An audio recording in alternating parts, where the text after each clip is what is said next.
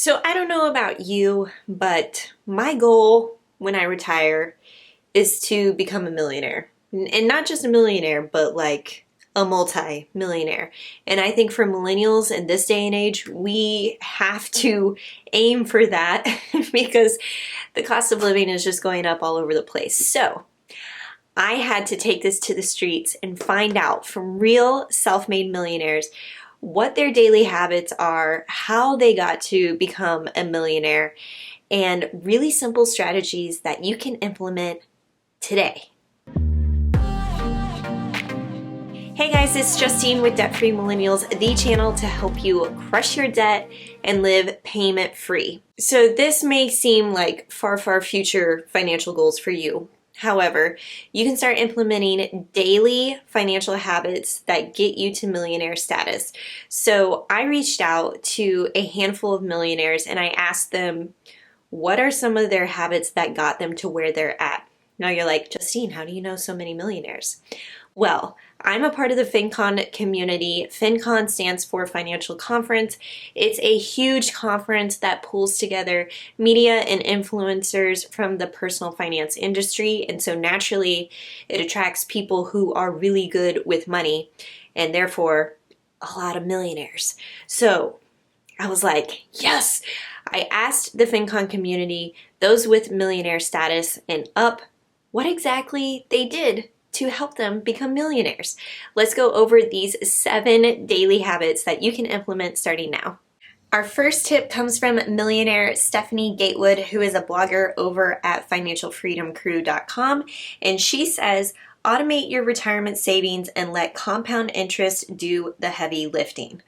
I love this because so often I think we just get into this mindset of pay ourselves today, take care of the bills today, and then whatever's left over we'll set aside for tomorrow.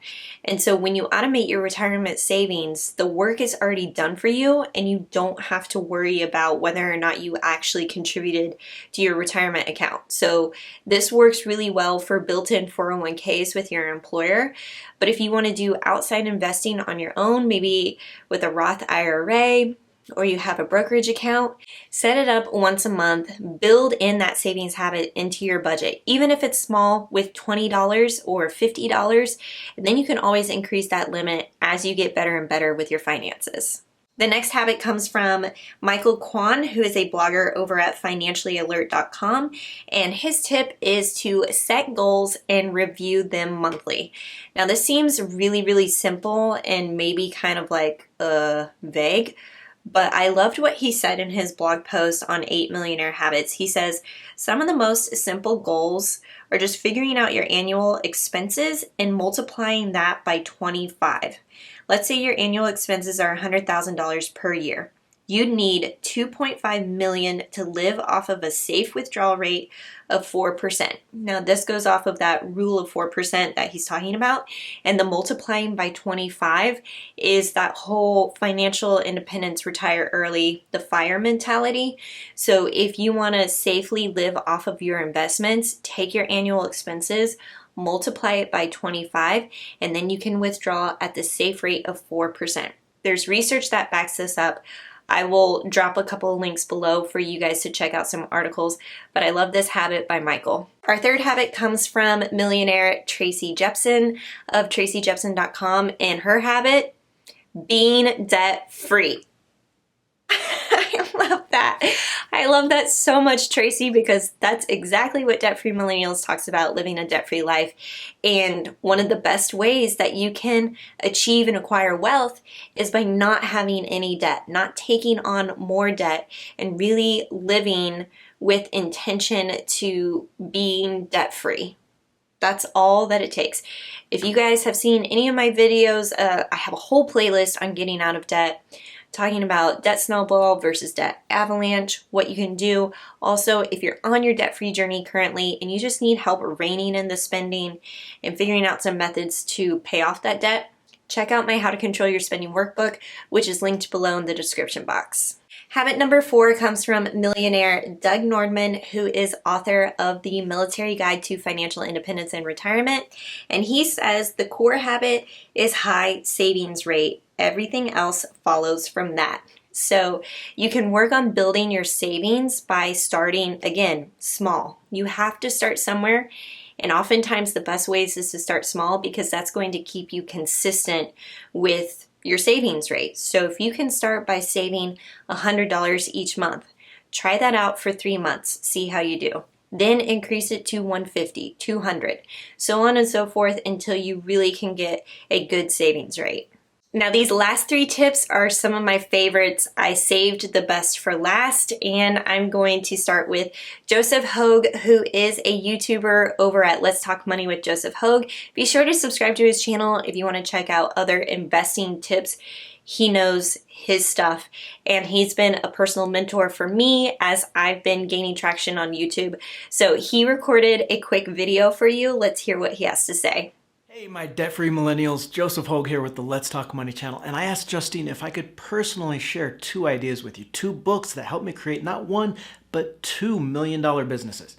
First is the idea of a 12-week year, a book by Brian Moran that says instead of making those 1-year goals, which really means absolutely nothing to anybody because you have no urgency until December rolls around. Instead, you plan your goals for every 12 weeks or 3 months. Break those 12-week goals down into tasks you can get done each and every week.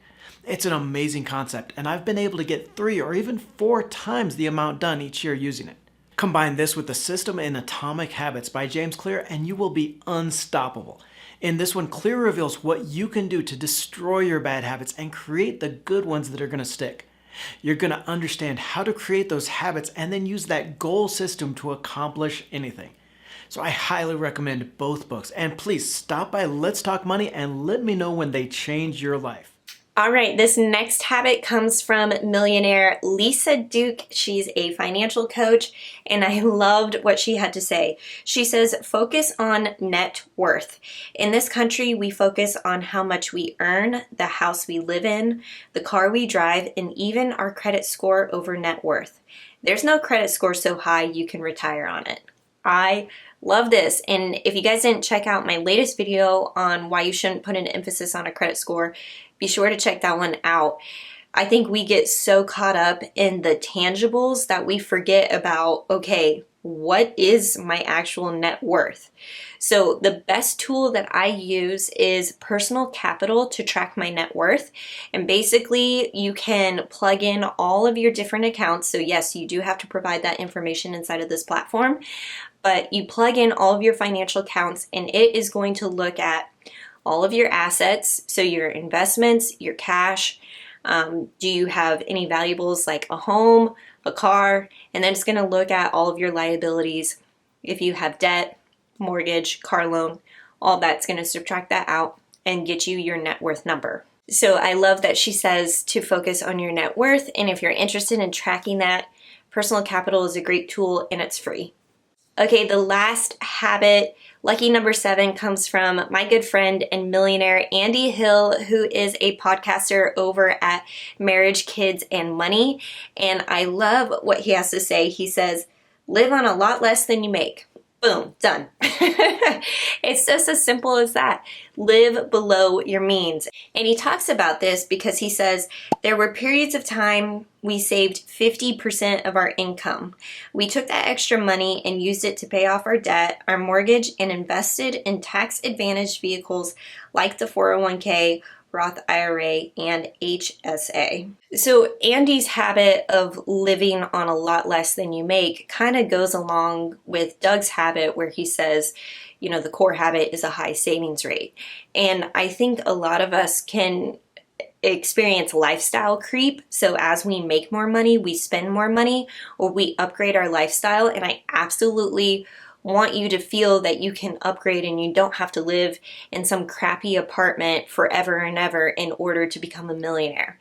It doesn't have to work that way. However, as you increase your income, make sure that your savings rate is increasing as well. And you can still have money left over for fun, travel, whatever fills your cup that you want to set aside money for, you can absolutely do that as well, so long as you are getting that savings rate up. Thank you so much, Millionaires, for helping me out with this video. This is something that I aspire to achieving really like financial independence, becoming a millionaire. I think that would be so awesome. And these habits aren't hard to follow. If you can make a plan and really visualize what life would be like once you hit millionaire status, oh my gosh, the freedom that it would unlock for you.